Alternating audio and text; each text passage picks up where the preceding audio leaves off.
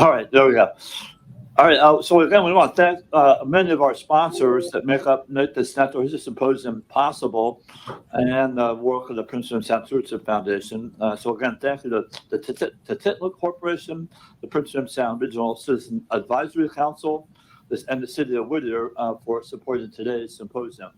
And also thank you to our Prince William Sound Stewardship Foundation Chugach level sponsors, the William Melton Media Productions, Bapkin Charters, Drifter's Fish, and Colony Builders, and to many of our other corporate sponsors that we'll be naming over the day, during the day, and individual members. Again, if you are interested in joining us, it supports all this great work, and you can go to princewilliamsound.org to do that. And I would say over the last, we've been in existence about 5 years now. Is that right, Tim? Something like that. It's just been very gratifying and encouraging to see the amount of support this group's doing and all the volunteer work that people do also. So next up, we have Josie Hickel, Jack Blackwell, and Tim Lydon talking about management of public and private land surrounding Prince William Sound. And we're going to be hearing from, I think, Jack Blackwell first on line. Is that correct? Josie's first. I'm sorry, Josie Hickel's first, and then Jack, and then Tim will be here in person. So, Josie, take it away. Okay, thank you. Yeah, I can hear you, Jody. Okay, I just am getting somebody to confirm. And you should be seeing my screen as well. So thank you for having me today. I'm Josie Hickel. I'm Executive VP of ANCSA and Community Affairs. I'm the Executive VP of ANCSA and Community Affairs here for Chugach Alaska Corporation. I think this is my third or fourth year coming to this event. I'm sorry I can't be there in person today. I have a meeting I have to be here in Anchorage for, but I was out in Prince William Sound on Friday. My husband and I have a boat we keep there, and it was just a spectacular day.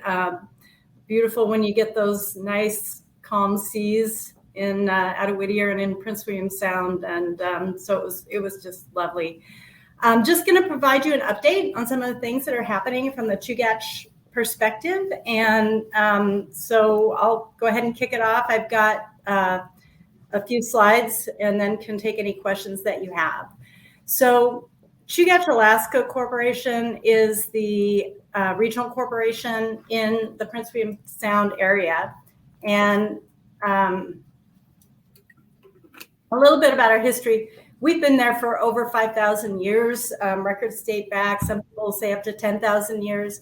The Chugach people have lived, subsistence, and practiced their cultural history and heritage for many thousands of years in the area. And there's a lot of history, cultural history, archaeological history, artifacts, and I'll share a little bit more information with you on that later. Chugach is one of the Alaska Native regional corporations. So many of you probably know about this, but I thought I would just touch on it. There are 12 regions here in Alaska, and we're one of the 12. Chugach is actually now, in terms of the number of shareholders, we're the smallest of all of the 12 regions. We have about 2,900 shareholders that make up our shareholder community. And as you can see from the map, we're a relatively small region. Our lands, traditional lands, encompass the Prince William Sound area all the way from Icy Bay and in through Prince William Sound and then over into the Lower Cook Inlet. Our region encompasses the areas of Valdez, Cordova, Seward, Whittier, the villages of Chiniga to Titlik, Eak, which is in Cordova, as well as Nanwalek and Port Graham and Seward over on the Kenai Peninsula side.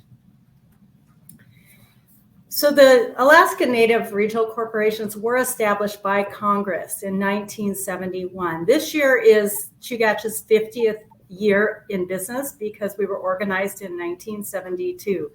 And part of the ANCSA Act was to provide lands to all of the Alaska regional corporations. And so our lands that we have in throughout our region were provided through a process that we went through with Congress to get certain lands that are available both for economic development as well as for maintaining our land status for our villages, for subsistence resources, and then the cultural and heritage sites, which I'll talk a little bit about later.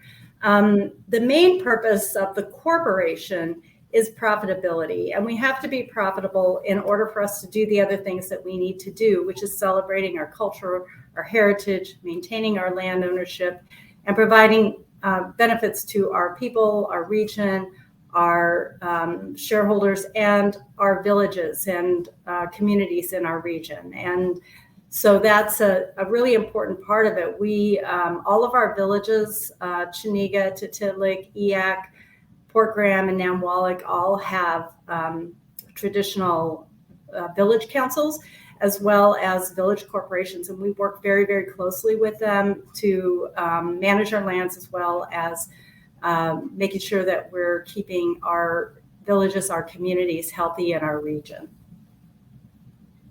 So Chugach owns about 550,000 acres of subsurface estate and 378,000 acres of full fee estate.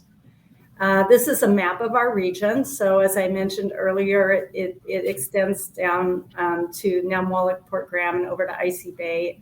And you can kind of see on here, most of you that are familiar with Prince William Sound clearly would know about the communities in Cordova and Tititlik, Chuniga, Valdez, but Whittier, but then on to Seward and Cook Inlet as well. This is a little bit of a closer shot of Prince William Sound. And these slides, what this shows is our land ownership. So where you see that bright green color, that's full fee estate where we own both the subsurface and the surface estate. The brown land is where we own the subsurface estate, and the surface is owned by the federal government. And the surface was purchased under the Exxon Valdez oil spill trustee council with settlement dollars. And so that's how the federal ownership came to be. It used to be the village corporations own the surface estate. And then the blue is where Chugach owns the subsurface and the village corporations own the surface estate. So this area you can see up into, Valdez, Cordova, all throughout Night Island, Montague. We have lands, actually, some land holdings right in outside of Whittier on the Shotgun Cove road side of things, up into Nellywan. Lots of land ownership all throughout the region. This is a close-in that shows more, which I couldn't show on the other map. It was just getting too small, from Cordova over to Icy Bay. And if you see that green, that all green area in the middle, that's one of the major tracks. That's the old Bering River coal field. There's a lot of history on that site. It was actually looked at for coal development starting in the early 1800s. And about 5 years ago, I worked on behalf of Chugach with the Nature Conservancy and others to do a coal conservation project on that parcel. And then we also, on this parcel, as well as some others throughout our region, did a carbon sequestration project. So we had about 115,000 acres that we put into carbon sequestration. And we were really excited about that because we think these climate-friendly types of transactions and climate resiliency are very important, and also is something that we want to get more involved with in the future. So some of our land development things that we've been working on, we have been working through a land exchange. I mentioned it at the meeting last year. We have about 200,000 acres of our subsurface estate where the federal government owns the surface, as I mentioned, from the Exxon Valdez Oil Spill Trustee Council funding those purchases. We got legislation in 2019 in the Dingle Act, the John D. Dingle Conservation Management and Recreation Act, to do a land study. Our goal would be to have those lands fully go to the intended purpose, which was conservation, and for us to get other lands in return that we would have full ownership on. We are working through that process. We've been working with the Department of the Interior, the BLM here in Alaska, as well as the Department of Ag and the Forest Service to try to resolve the issue. We're about 1.5 years past the statutory deadline when there was supposed to be a study and a report to Congress. Things have moved very slowly. Part of it has to do with the pandemic. I'm sure all of you have experienced delays in getting things done, but it's always kind of difficult working with the different branches of the agencies and politics very much involved with a change in administration as we've been going through that process. But we are continuing to move forward. We are continuing to have conversations and are hoping that we can get something enacted later this year. Another project I wanted to give you an update on that I mentioned last year is we do have a quarry site out in Port Gravina, out in Prince William Sound, and it's a pretty significant granite deposit there. And we had gotten approval to do the development through the NEPA process and got a finding of no significant impact and a record of decision several years ago. So we began moving forward with developing this quarry. However, we did run into some challenges with the pandemic. You can see in the photo there, there's some pilings. So we did put in a road. We do have some pilings out there. Those of you that are out in the area have probably seen them. We ran into some problems with our contractor, impacts related to COVID, and have not completed the dock development yet. We're hoping to get back out there later this summer. So if you see some activity out in that area, that's what that's about. But it's a benign product. We think it's a good project, and especially I'm going to talk a little bit about infrastructure here in a few minutes. But it's definitely rock that can be used for a lot of infrastructure projects, including things like shoreline enhancements, dock repair, and development, and things of that nature. So we think it's a good project for our region. And then I mentioned earlier climate solutions, the carbon sequestration project. We're looking at the potential of doing other of those types of projects and other climate-friendly projects as well. And I think with the Infrastructure Act coming in, there's going to be plenty of opportunities for that moving forward. And so we're keeping our eyes and ears open, but if any of you hear of anything that you think would be interesting for us to look at from an innovation standpoint for work with our lands, I'd be happy to entertain any ideas that you have. I mentioned the Exxon Valdez oil spill earlier. That was just, as you all know, a hugely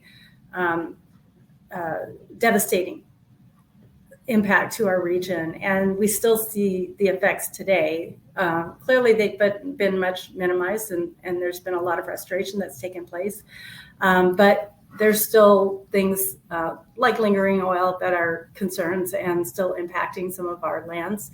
Chugach this last year did put in proposals and got funding for a couple of projects in our region. We received funding to create an archaeological repository and museum for our region. And this is a really exciting project for us. If you go to Kodiak, there's an Alutiiq museum. It was started with EBOS funding about 25 years ago. And so what we want to create is something very similar, where we have a place that we can house all of our artifacts, the archives, records, digitized audio recordings and visual arts, and then share the arts, share the education, work on language preservation. That's a 5-year grant. So we're going to be working on that over the next 5 years. We're really excited about it and really excited about the opportunity that that's going to bring for us to get more information out to people like you all to understand a little bit more about our region and our history. And I'm just going to show you one little thing I have here. This year we published a kid's Tungsten language coloring book, and it's really cool. It's got pictures throughout, and then it gives the English version of the word, and then it gives the Sungston version of the word. So it's really kind of a fun resource for kids to help teach them the language. The other thing that we got funded was our culture camps. So we have a culture camp out at Chugach Island, Chugach out at Hinchinbrook Island. And that culture camp has been going on for 25, 26 years. Unfortunately, because of the pandemic, we weren't able to do it the last couple of years. So we were doing online classes, but this year we're going to get back out there. So you'll probably see some activity. We've got some projects that are happening out there, but we'll get some additional funding for our Chugach Spirit Camp through the EVO's proposals. We'll also be getting some funding to stand up some other regional camps. Most of the villages do have some sort of culture camp that they have in the summer. They're very small and limited. So this funding will help us continue that and be able to bring more opportunities for education. We do a lot of subsistence education and language education at the culture camps, really just trying to keep our culture alive for our shareholders and their descendants and other people. Sometimes we like to invite people who, like from the federal agencies, to come out and see what we're doing out there, so they really understand how we're preserving our culture through these opportunities. The culture camp's happening about mid-July for about 2 weeks, by the way, so you may see some activity if you're out around Hinchinbrook Island around that time. So I wanted to just touch briefly about the CARES Act. So Chugach received funding through the CARES Act. It took us a long time to get it because it was tied up in litigation, but we used a lot of the funding that we received to support regional development. And one of the big concerns about our communities during COVID was food security. We don't have roads to our villages. You can only get there by boat or by air. They're very small. And it can be very hard logistically if there are issues with transportation, logistics, to make sure that people have what they need for their personal health and safety. And so food security was a big concern for our communities. We worked with Chugach Regional Resources Commission, and we provided funding to help with food security issues. So lots of subsistence resources. In the lower corner of the slide, you see a Connex box. CERC ordered and shipped these Connex boxes out to each one of our communities. The smaller communities got 20-foot containers. The larger communities got 40-foot containers.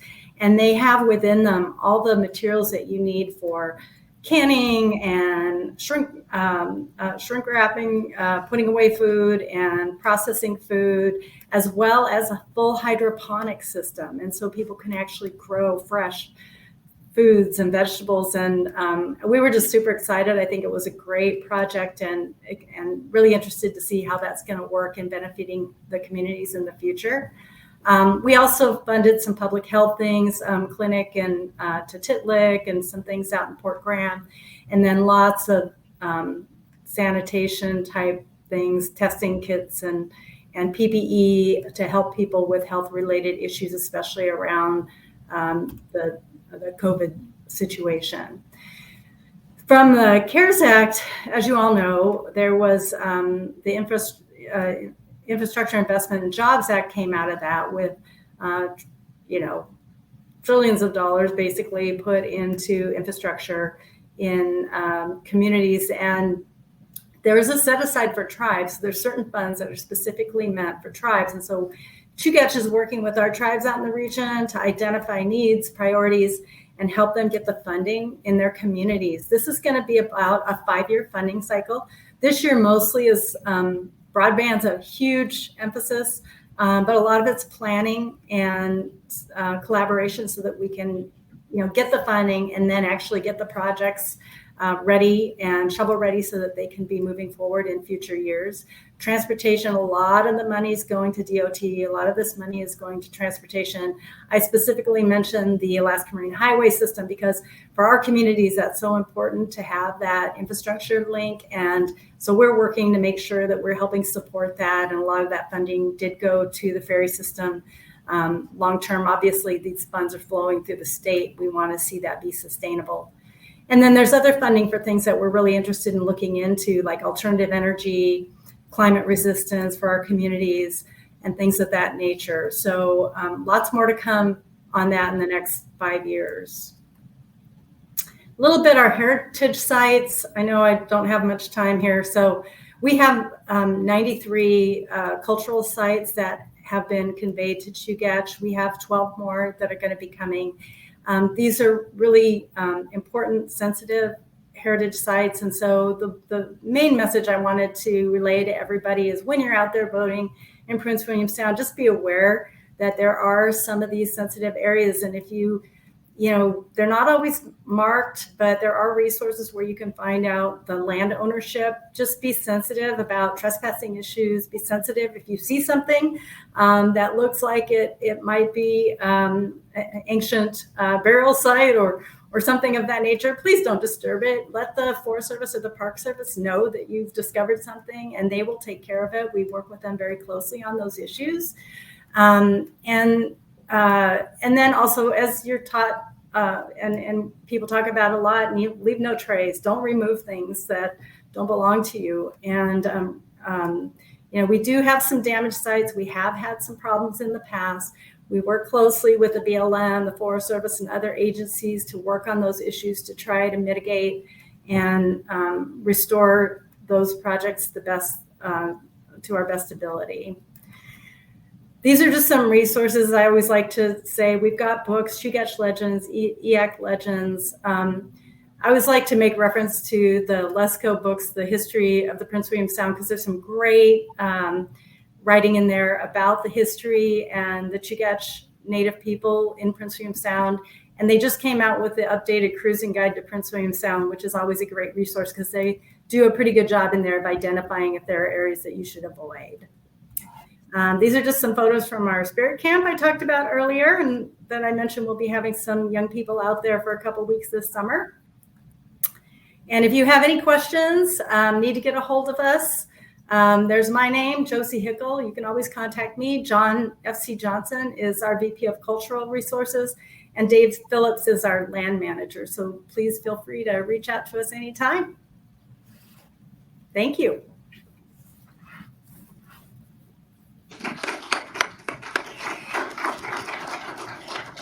I think we'll hold questions to the end, if that's all right, Josie. That's fine. For all three of you, if that's okay. So next up, we'll have Jack Blackwell. Jack has worked with state parks since 1985 and manages the marine parks in Prince William Sound. Jack? Hello, good morning, Paul, and everyone. Can you hear me okay? Am I coming across all right? I hear you. Okay, great. Well, I will jump right into my presentation.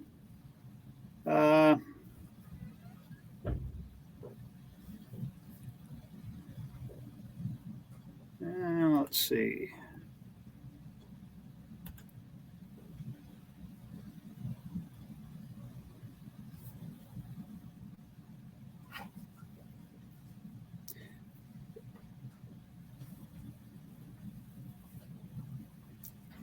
Well, I'm not, let me see here. Let's see, are you able to see a slideshow right now? What I had to do was hover over your screen where your face is. and then there should be a little computer with an arrow on it. Click on that. Okay, gotcha. Okay. All right, stand by here.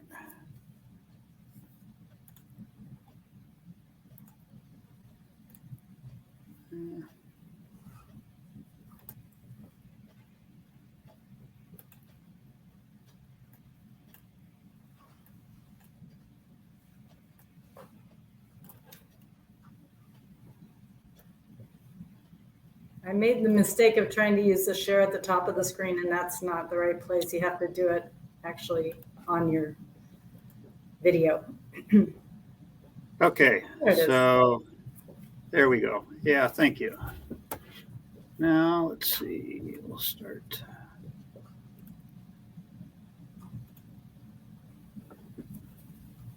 Okay, good morning, everyone. I'm Jack Blackwell. I'm the superintendent, state park superintendent for the Kenai and Prince William Sound region. I'm based in Soldotna, and I manage the state park region that includes the Prince William Sound, the northern Gulf Coast, and the Kenai Peninsula.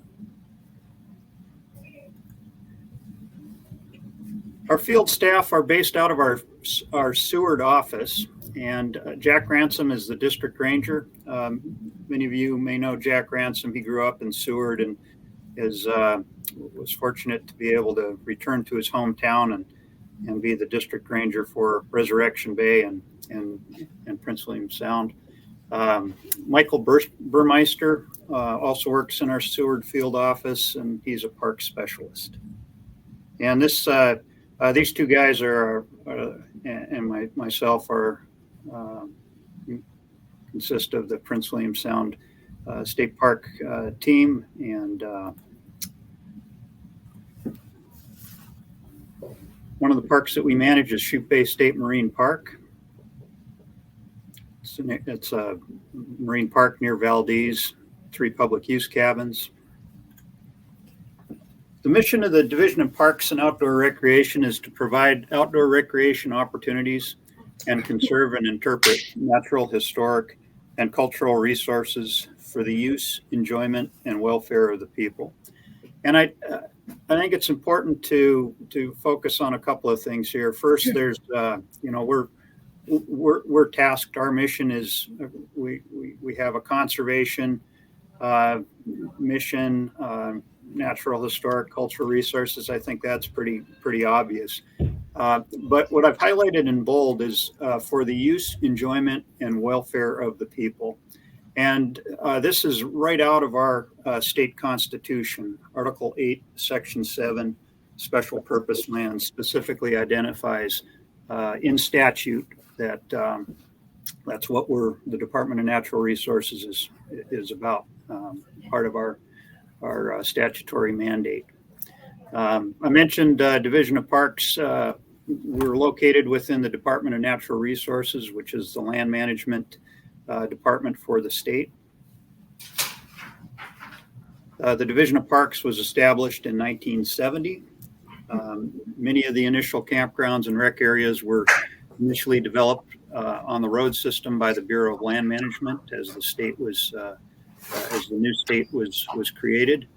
Chugach Bay State Park was the first legislatively designated park in 1970, and then that was followed by a number of other parks that same year, including Chugach State Park. But really the driver back in 1970 for creating some of the state's first parks was concerns about resource development. There was concerns in Homer about logging within the viewshed of Chugach Bay, and that really was a big driver for creating the park.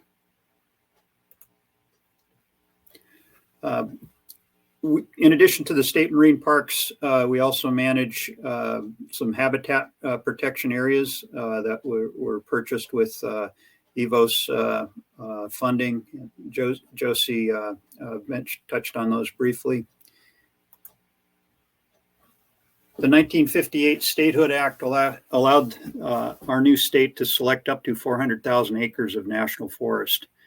And with the cooperation of local communities and stakeholders, a series of regionally important recreation sites were selected for the state's new marine park system. And in 1983, a system of marine parks were designated and created by the legislature to enhance marine recreation in Alaska. There have also been some additional legislation passed, but in 1990 there was legislation that added to the state marine park system, and so now we have about around 35 state marine parks in Prince William Sound, Southeast Alaska, and Resurrection Bay. In the Sound, State Park manages 24 areas, and we manage a combination of the state marine parks that are legislatively designated, as well as the EVOS sites that that have been purchased. We manage those like state marine parks, but they do have conservation easements. This is a general ownership in land ownership in Prince William Sound, and I'll go. I have another slide here that has a little greater detail, but kind of the dark, these dark purple with diagonal hashes. You can't really see that, but these are state marine parks, and they're identified on this map here. You can see many of the state marine parks are close to the gateway communities of Whittier, Valdez, and Cordova. And this identifies which sites that we manage. The red site, the red parcels were parcels that were acquired through the EVOS funding. Again, they're not legislatively designated state marine parks, but we do manage those for conservation purposes and habitat protection. And then the rest of these are identified state marine parks.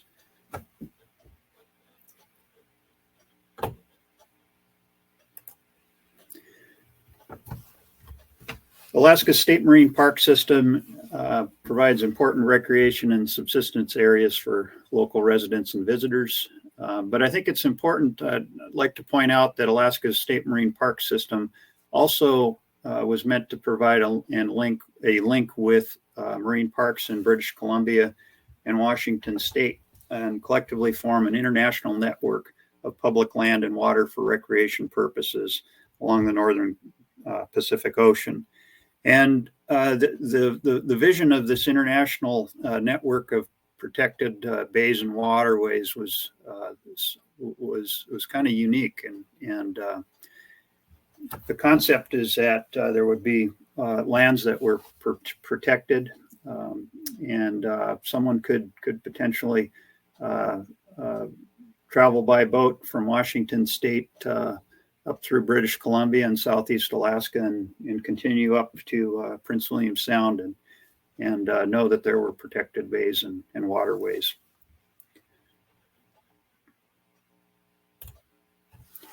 In 1979, there was an article in Alaska Magazine that Neil Johansson wrote. Neil was the longest serving director of Alaska State Parks, and really was instrumental in the creation of the marine park system. But this is an interesting article if you care to search for it. It's April of 1979, Alaska Magazine.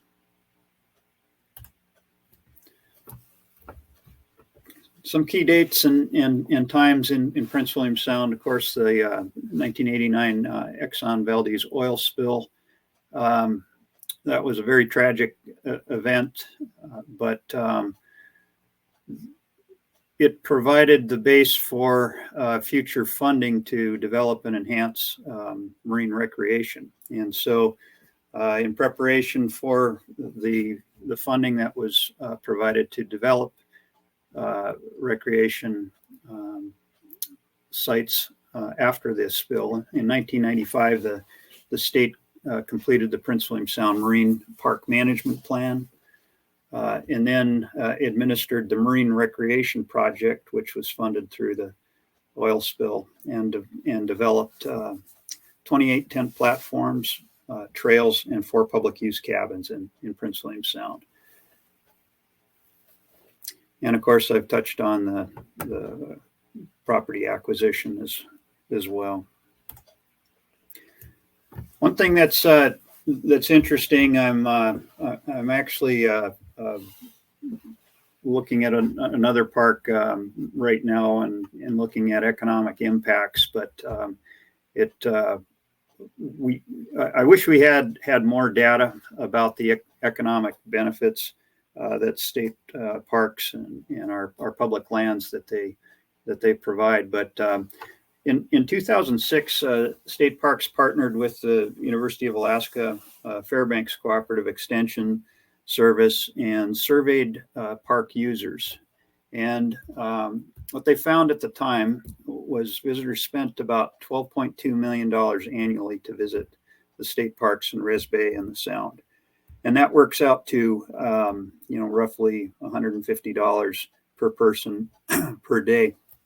Now, it's kind of interesting. I'm giving a presentation to the Homer City Council tonight, and to talk about economic impacts and benefits. But one of the things I looked at was the public use cabins. We know there's a tremendous demand for public use cabins, and at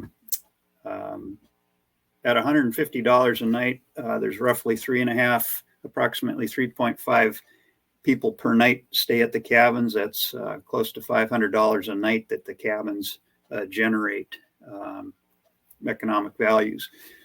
Now, if a cabin's rented out for 100 nights out of the year, that's $500,000 that the cabins are providing, pumping back into the economy. We quickly recoup the cost of the capital cost to construct cabins, and when you start to look at the economic values. One idea I'd like to update the group on is the Prince William Sound Marine Trail, and I'll go pretty fast through here since time's limited. But in 2006, there was a planning team that proposed a marine trail, and the goal of the marine trail was to promote tourism, support the economy, provide recreation opportunities for Alaskan residents and visitors, and protect sensitive areas, guide recreation use, and support increased support and stewardship.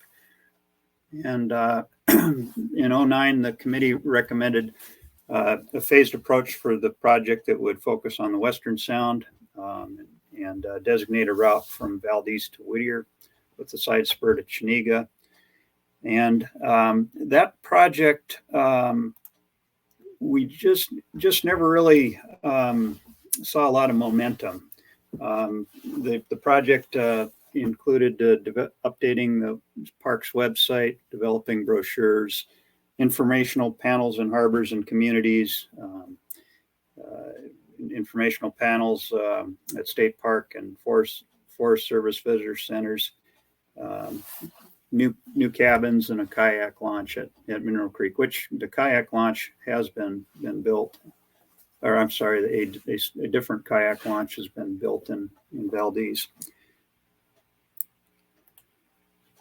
But in 2021, there was renewed interest in this project, and the Prince William Sound Economic Development District was looking at potential funding sources that would be coming available from the federal government, and we started these discussions again, and so there's a group of agencies that have been talking about this, and it has the support of the Economic Development District, and so there's renewed interest in this concept, and the recommendation was to focus just this time on just the Whittier to Valdez route, and the reason I bring that up is because it has been included in the statewide comprehensive outdoor recreation plan. And it's a good way into the SCORP, which is my final item here I wanted to touch on. The Department of Natural Resources, Division of Parks, administers the State Land and Water Conservation funds. These are federal dollars that come to state governments for recreation and conservation purposes. So LWCF is the Land and Water Conservation Fund. In order for the state to be eligible for LWCF funds, the state has to develop a comprehensive recreation plan. And so the SCORP, as it's referred to, is a 5-year planning document that helps to kind of guide and promote recreation and conservation purposes. And so DNR is taking a little different approach with the SCORP this year, and has formed regional planning teams, and a draft will be available for public review on August 8th. And I'm just kind of highlighting this with my cursor here, but August 8th through September 23rd, the public is welcome to comment. We welcome public input on this project, and some of the projects that the committee is working on that will likely be in the final draft, just to kind of give you a taste of what the SCORP could include. Again, the water route, the marine trail between Whittier and Valdez, additional public use cabins at Granite Bay, Sawmill Bay, Canoe Passage, Boswell Bay,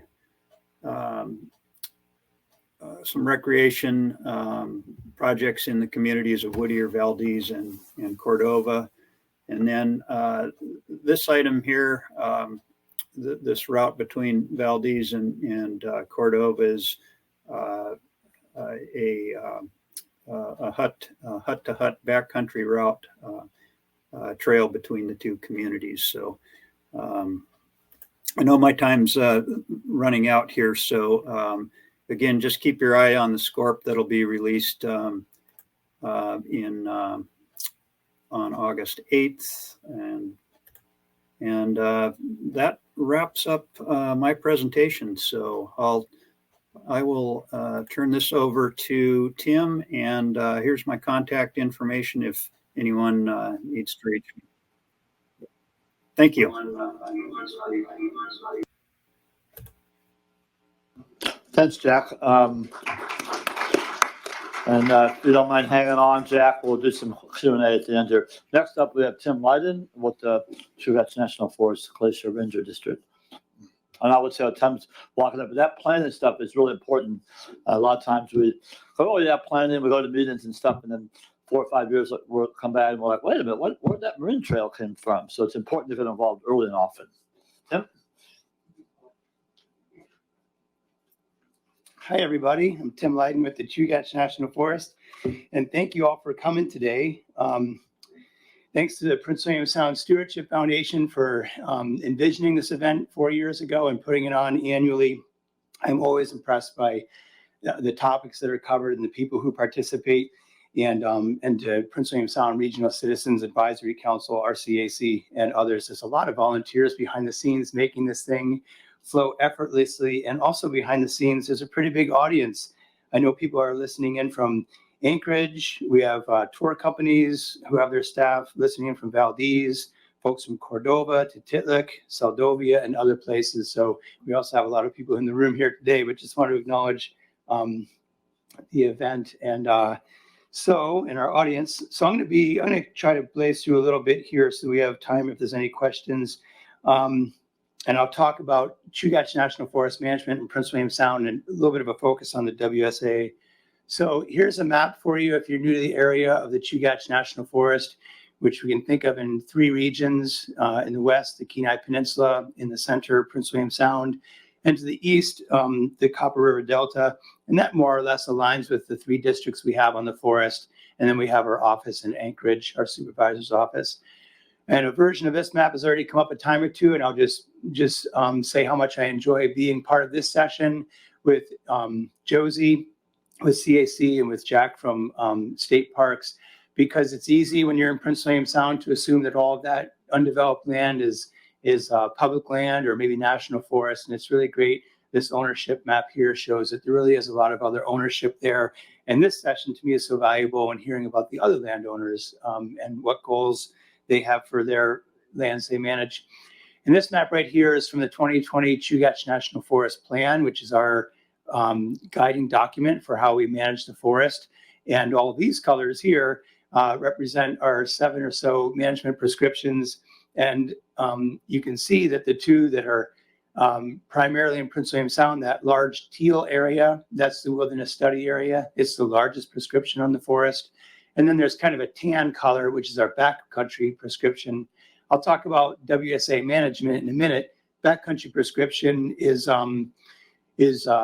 focused on recreation. Habitats are conserved. The land will be generally natural and undeveloped. So when you combine the backcountry and the WSA prescriptions that make up the bulk of national forest land in Prince William Sound, you have lands that are generally managed to be in their natural condition. And a couple other colors to highlight there. We have those Exxon Valdez oil spill acquired lands that both Josie and Jack have referred to in kind of a yellow color, and some research natural areas. But in any event, the Forest Service is a multiple use agency, and that map kind of shows that. We have these different prescriptions. And of course, something that's very unique about the Chugach National Forest is that we are largely roadless and managed largely for recreation and for habitat. If you'd like to take a look at the forest plan, here's the link. You can connect with us on that. And it's a pretty concise document that goes through those land management prescriptions. To talk a little bit about the WSA, from here on out, I'll focus on this because it's such a large part of Prince William Sound, and it's a unique designation, and it's also the area where we have the most tourism and visitation in the Sound out of the western side. The WSA is a big place, which is one of the primary things that I think is impressive about it. It's about 2 million acres, which makes it about the size of Yellowstone National Park. And of course, the National Forest only includes the land. So all that marine water out there is not part of the WSA or part of the Chugach. And so when you throw in that over 1,000 miles of coastline there, when you're traveling the WSA, it's really an enormous area. And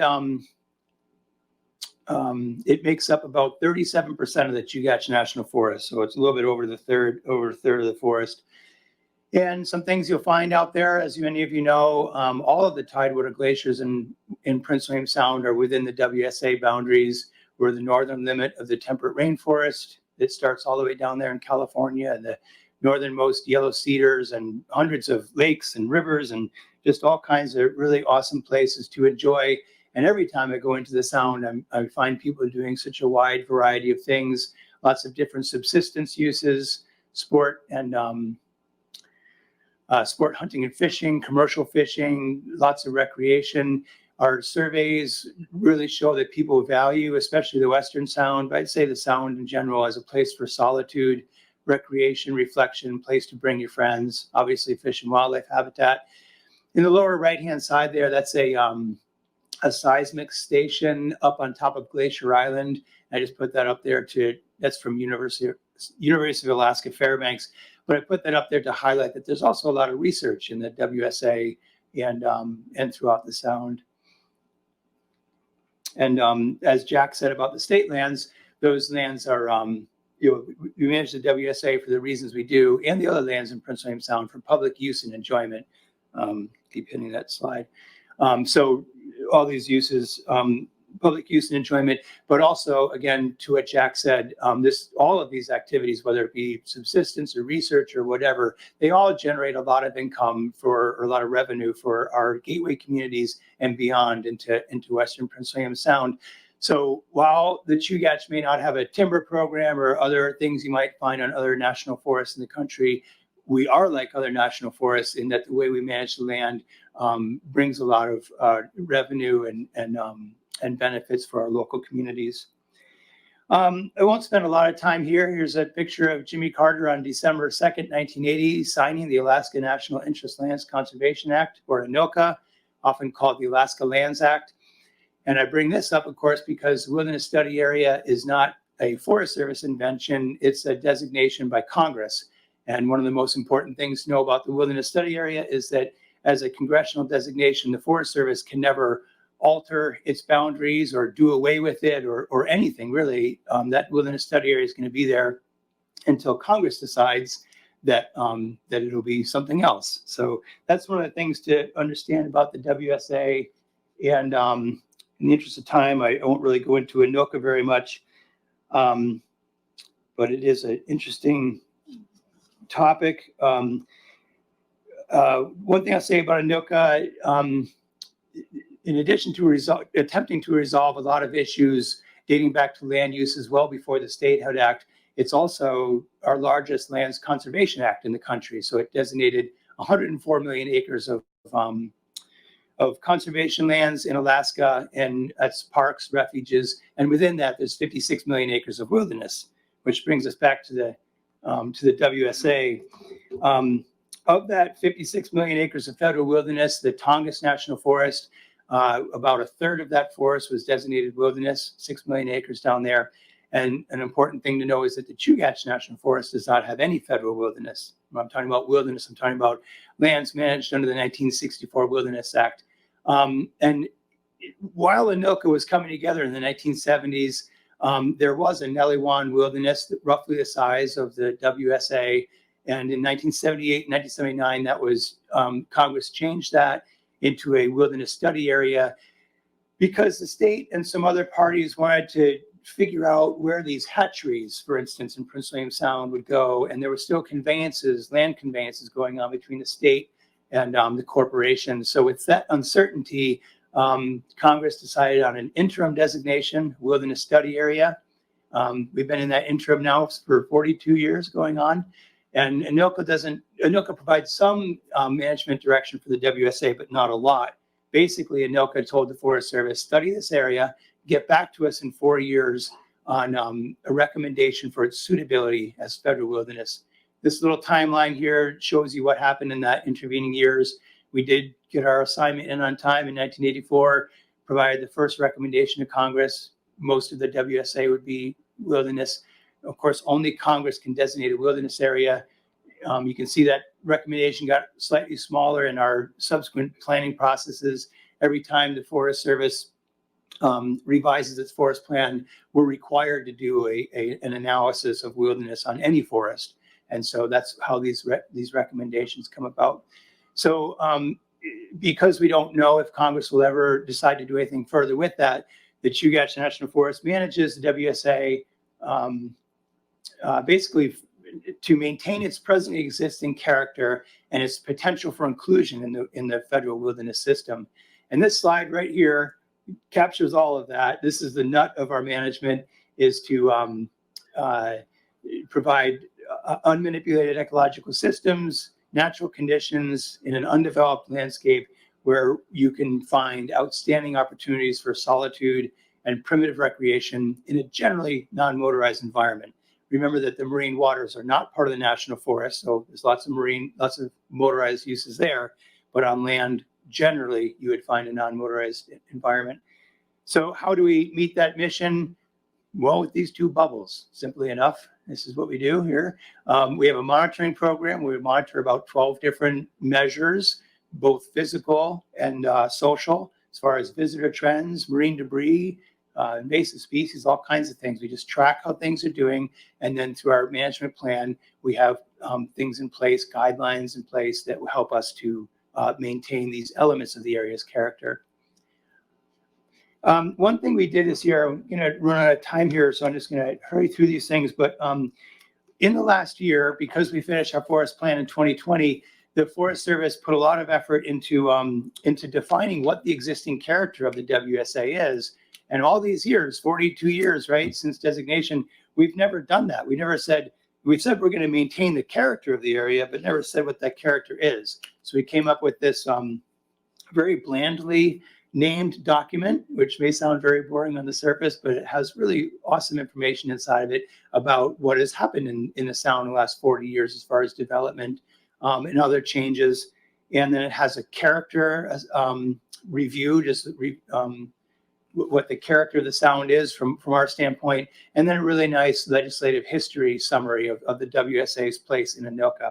I brought one copy with me, and the first person who asks for it can have it. But there's the website, Paul Twardock, the winner again. There's the website. Hit us up anytime for that. And just some pictures in here. Exxon Valdez oil spill has been brought up a number of times. That picture on the upper left is from Perry Island a few years back. That's oil you can find just 9 inches or so under the surface of the beach in places, not everywhere. We have over 30, maybe we have 36 outfitter guides giving a variety of tours in the wilderness study area: kayak tours, freshwater fishing, guided hunting, walking, all kinds of things. Those are really important partners to the Forest Service who bring thousands and thousands of visitors every year to enjoy the sound of the wilderness study area. We work a lot with them. That's a picture of the top of Naked Island. If you've been there, that's the communication site where you get a lot of your cell phone coverage in the sound. And the other picture is the Cog Hill Weir, operated by Alaska Department of Fish and Game. And I put that up there to represent the fisheries enhancement and restoration work that happens. So while we manage this area to be natural and undeveloped, we also manage it for research and public uses like outfitter guides, communication sites. There's a lot of work we do out there related to invasive species, education. One of our important partners is Alaska Geographic. Helps us connect youth through service projects and other things to the lands and the sound. We clean up a fair amount of garbage. Here's a restored campsite at the most popular place to camp in the WSA and probably in Prince William Sound, which is 17-mile beach in Blackstone Bay. And we're very proud to work with Alaska Geographic and the Stewardship Foundation on rehabbing sites in there for continued public use and enjoyment. I want to give some credit to the Prince William Sound Stewardship Foundation for motivating the Forest Service to work in marine debris. We don't really have the expertise or the capacity to monitor and clean up marine debris, but it's certainly a very big problem in Prince William Sound. And so through the Stewardship Foundation, our partnership with them, we'll talk more about it at noon, but we've really taken a more active role in cleaning up marine debris. This photo is actually from Baranof Island on the Chugach National Forest, and it represents an artist residency that we have in the wilderness study area. And you can call us about that. Voices of the Wilderness Artist Residency brings about 10 artists to Alaska every year to go to wilderness areas and parks, refuges, and on the national forests, and to produce art for education. Barbara Lydon of the Forest Service coordinates that program statewide, and this is an outcome of one of those. I just want to wrap up by thanking the Stewardship Foundation again, because in their short 4 or 5 years of existence, they've become a really important partner for our work here in Prince William Sound. We're all here together, like I said, from Seldovia to Valdez and many places beyond. We're all together today because of the foundation's work. The Forest Service loves to participate in this, but we don't really have the ability to put on an event like this. So I put this slide up to summarize some of the work the foundation did with the Forest Service last year in Prince William Sound, and I can't read it very well. But I think it says that 10 volunteer projects, and I can't read the rest, but there's a lot there, and maybe I need glasses. But helped us restore trails and campsites, remove invasive species, and a lot more work. And then my last slide, I just want to thank some other partners as well, including RCAC and Alaska Geographic, who are in the room. So I wanted to blaze through that. I hope I didn't speak too quickly, but I wanted to leave any time for questions or whatever Paul would like to do here. Yeah, Betsy's, thanks, Tim. Betsy's graciously ceded a bit of time, so we'll have a few minutes for questions for Josie, Jack, or Tim. Have any questions from the audience or online? I did see one online. I think that was. Where can we find the maps? Where's the best place to find a map of ownership? Oh, a map of ownership. Yeah. Man, what a great and timely question. So we have some other people to thank here, including the folks from CERC who spoke earlier today. The foundation and CERC have worked together to put together a really awesome publicly accessible land ownership map, which is now living on either today or very soon on the Prince William Sound Stewardship Foundation website, princewilliamsound.org. And the Forest Service, and I don't think the other entities either, have a public-facing map that we can share all these years. And so now you can go to princewilliamsound.org And it's really the GIS experts at Chugach Regional Resource Commission that helped us put that public resource together. Great question, Paul. Great, thanks, Tim. Here's one from Delia. I think this is probably for Jack. So Jack's still with us. She asks, I understand some of Alaska's state marine parks have been also identified as potential places of refuge, pre-identified sites that may aid decision makers in responding to vessels in distress. Has the PPOR developed plans to show how they would protect resources in these marine parks and how would they mitigate damage?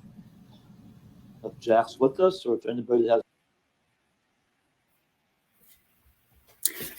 Yes, can you hear me, Tim?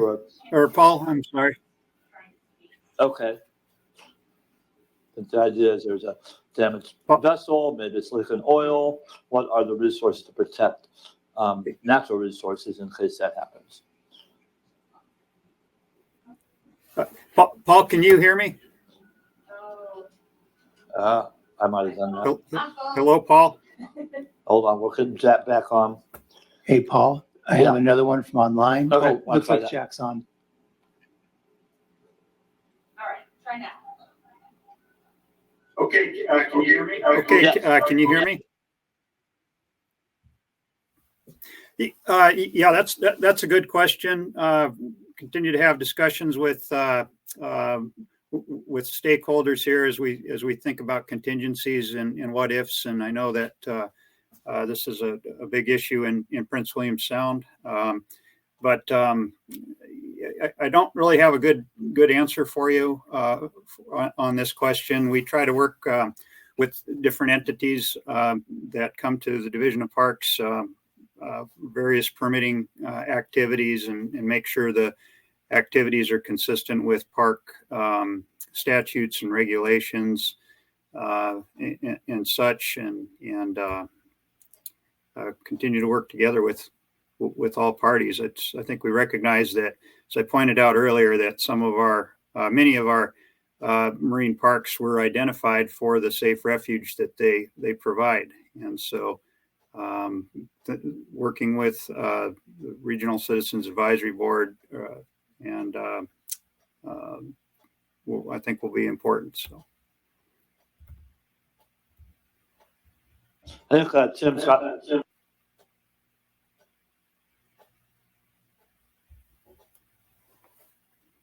don't know if Betsy or others would like to help, but is the land truly recovered from the Exxon Valdez oil spill, or does it just appear to be?